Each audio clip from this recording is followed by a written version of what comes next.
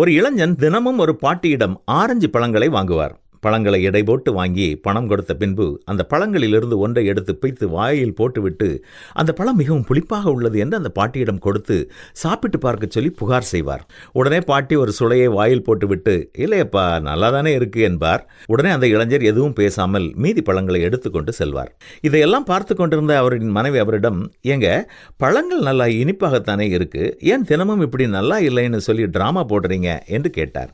உடனே அந்த இளைஞர் சிரித்துக்கொண்டே மனைவியிடம், அந்த பாட்டி நல்ல இனிப்பான பழங்களைத்தான் விற்கிறார்கள், ஆனாலும் தனக்கென்று ஒரு பழத்தை கூட சாப்பிட்டு இருக்க மாட்டார்கள்.